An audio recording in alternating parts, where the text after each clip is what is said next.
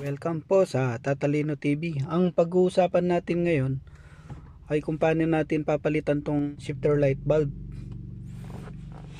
Bali dito ayan, na ano siya, napundi na siya mga katata. Dapat tumiilaw tong mga to. Kung mapapansin nyo mga katata, nakailaw na yung ano niya. Kita ba sa ano? Patayin ko tong ilaw. Ayun. Ayun oh.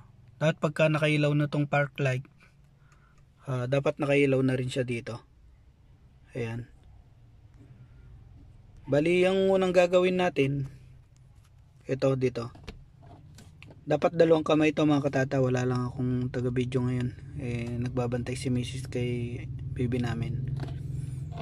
Dito nyo siya unang tutuklapin mga katata. Iangat nyo lang to. Ayan.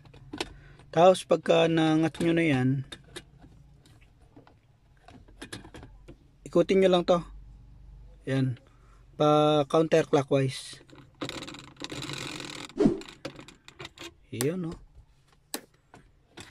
Tapos dito mga katata, may makikita kayong wire sa gilid. Ayan, nakalagay siya. Yan yung pinaka supply ng T5 bulb nya. Tanggalin nyo lang yan. Nakaklip lang siya. Ayan. Pinipress lang siya dito sa gilid. Bali may dalawang Phillips screw dito mga katata. Luwagan nyo lang yung dalawang yan.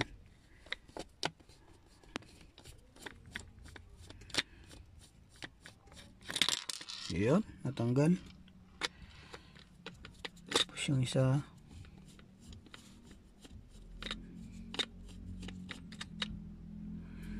Ayan.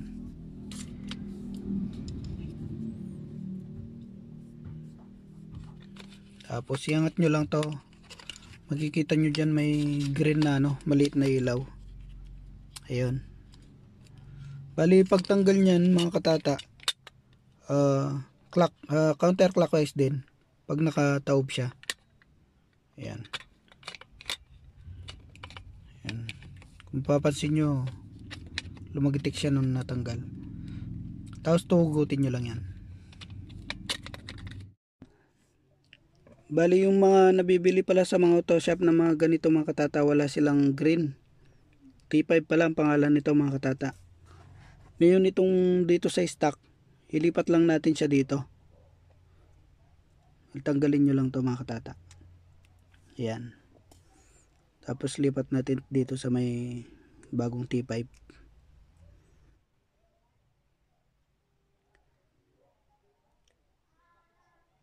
Yan, okay na siya.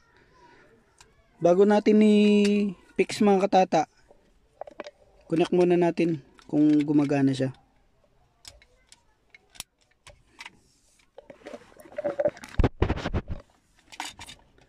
Tapos sindihan lang natin yung park light.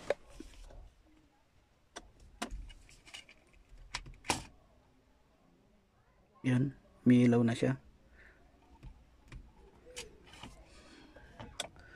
Tsaka na natin i-fix mga katata. Ang paglalagay pala nito mga katata, pa ano lang siya, clockwise. Kung kanina pa counter siya, ngayon pa clockwise na siya. Yun. Tapos kung medyo marumi ito mga katata, sabayin nyo na yung linisin din to. Ako kasi nilinis ko na to mga katata.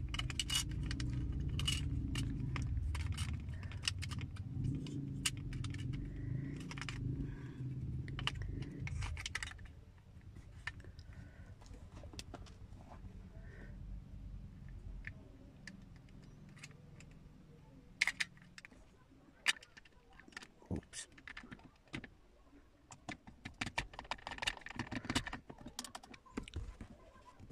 Isa.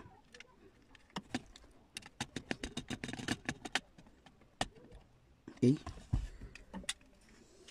Tapos solin na natin. Bali pagka sinolin nyo mga katata, make sure itong wire hindi siya naiipit pagka nag-ship kayo. Pag gumagamit kayo ng cambio. Tapos pag binalik nyo na mga katata, unahin nyo dito sa taas. Tapos pababa. Yun. Tapos ibalik na natin tong cambio nya. Pa-clockwise naman mga katata.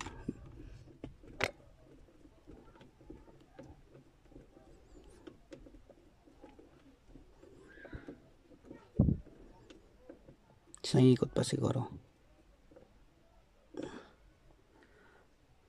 Tapos center nyo lang dito. Okay, check natin ulit mga katata kung yun o, kita ba sa camera. Patayin ko yung ilaw. Ayun, yun mga katata o. Yun. Thank you sa panonood nyo mga katata. Keep safe everyone.